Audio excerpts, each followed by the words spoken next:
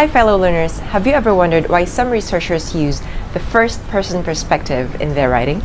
This is Sofia Datarala. This channel, I make videos with the aim of helping people in research and education. In this tutorial, I'm going to give you 3 reasons why some researchers prefer to use the first person instead of the third person in their research writing. Now, the first reason is that the third person point of view delineates between the researcher and their research.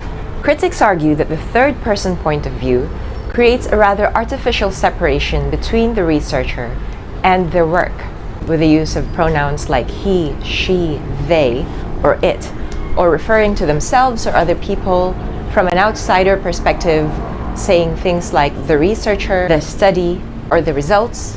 Researchers would usually want to show that they can remain objective. In other words, there can be an attempt to separate between who conducted the research and the object of study.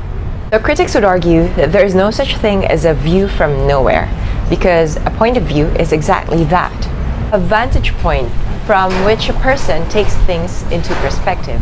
So the fact that research or any scientific study is something that is done by a person just makes the concept of complete objectivity very difficult to defend.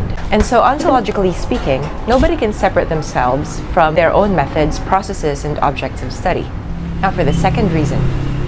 The third person point of view does not acknowledge researcher privilege and power relations. So this second point is related to the criticism of the idea that researchers can fully stand outside of their own selves. Michel Foucault argued that knowledge creation is related to complex relations of power in society.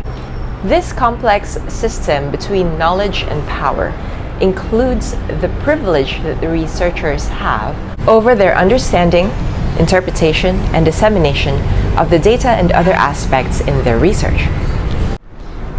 In Coffey's words, data is grounded in both social contexts and biographical experiences.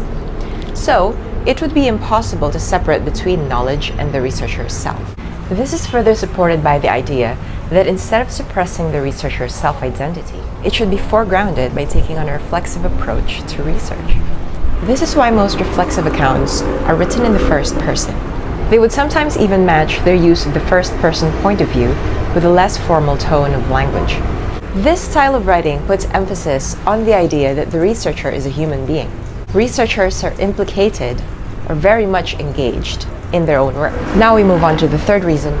Most often, research written in the third person does not provide a background or a context about the researcher and the researcher's position in society. Some researchers use a narrative style of writing to provide context, information, and insight into important aspects of a researcher's identity. So why is it important to identify where the researcher is coming from?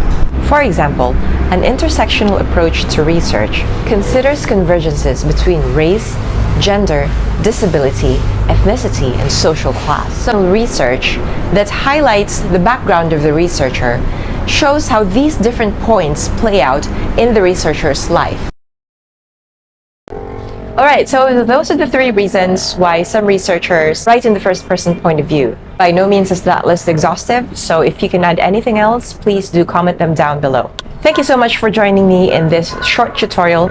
I hope you learned something, and if you have questions or any topic suggestions, please do let me know.